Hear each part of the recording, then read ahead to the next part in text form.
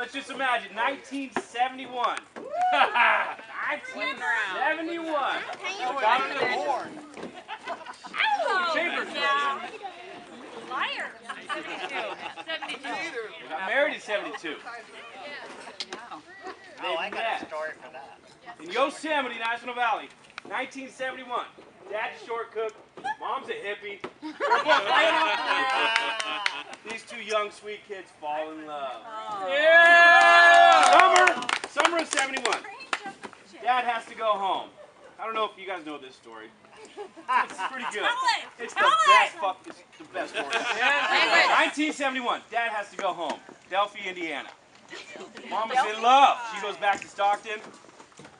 She says, dang, I got to go. I got to get me some Indiana. For those of you that don't know, she hops a freight train. Yeah.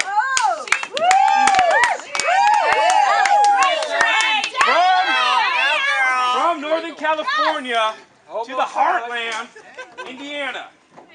Jumps off the train. She's afraid the hobo finder's going to get her. So while it's moving, before it comes into Indianapolis, she jumps off the train. She's in love. She's in love. There's no way, nothing could stop her. These two meet 1 year later. They get married. From that comes me, my sister Skelly, and Samantha. My parents, I love you both. I want to say happy 40th anniversary. Ups and downs. Thank you so much for everything you guys have done for us. I love you.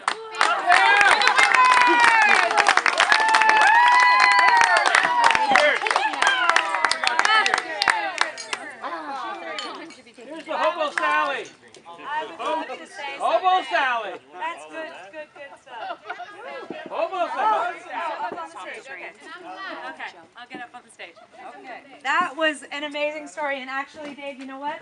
I didn't even know that story. So good What? stuff. The hobo? I know a lot of stories. They have some amazing stories, and I've been lucky to hear them. But I want to talk about just a little bit growing up as a kid. I was the first baby. Yes, you were. I was. And I'm super proud of that, actually. So one, I want to say that recently I just went through to look for these photos. And I just was like amazed at just the beauty of the two of them and how much they loved each other and how much they loved me and how much they just, they were so cute. And they were, God, it was like amazing. It was Sally was cute. Oh God, Sally and Dave. I mean, they just were. Dave and his hair. Yeah, and all the hair. All the hair. All the hair. I was floored. I was floored by just how much they loved each other and how cute they were. And I just basically want to say that they were amazing, and looking through those pictures was just a great kind of road from the past to the present.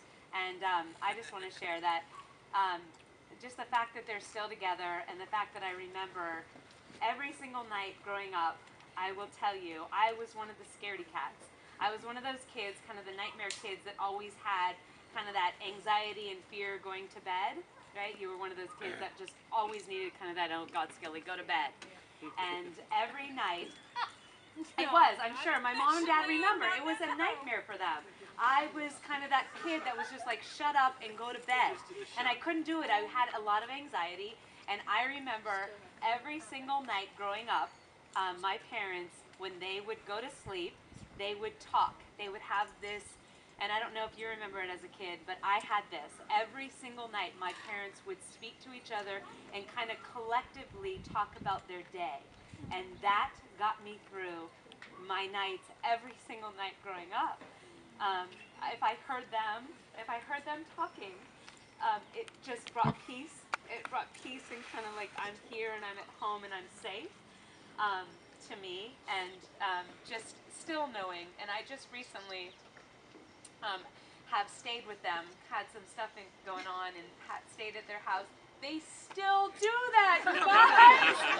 They still do it after 40 freaking years! And it's the cutest, most amazing thing to hear your mom and dad, who love each each other so much, kind of sum up their days and what's going on for the day and what's going to happen in tomorrow. So I just want to say, you guys are amazing, and I love coming to your house, and I love that you guys love each other still, and love hanging out together. It's amazing. Love you. Yeah, Miss Kelly. All right, Skelly.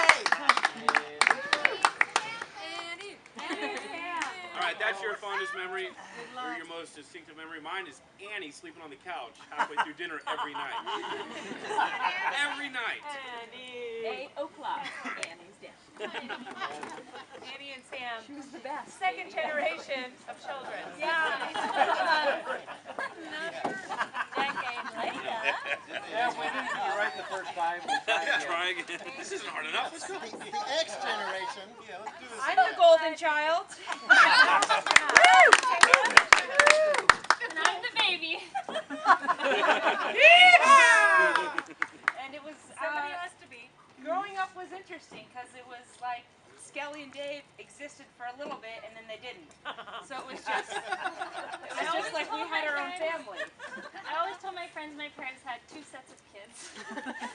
And no one ever believed that they were from the same parents. They're like, well, they've got to be divorced or some other different people. But yeah, it was good growing up. It was just kind of like the 4 of us. And Skelly and Dave came around every once in a while. And it wasn't until we all went to college that everyone moved back into Sonoma County. And my fondest memories have always been moving out since I've been gone.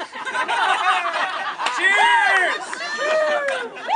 And since we've all been gone is when we've all come back together as a family because Skelly and Dave came back, and so we've all been together.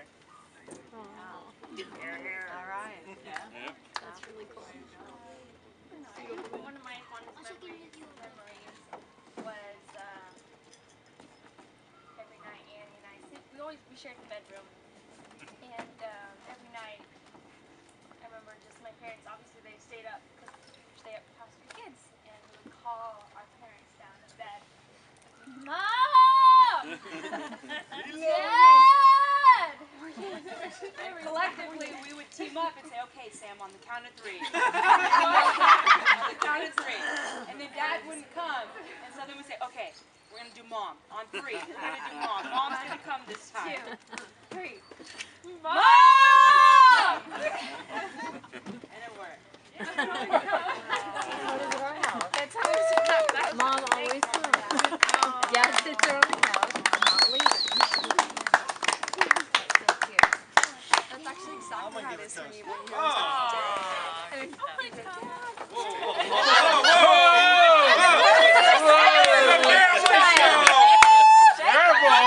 Anything to contribute, but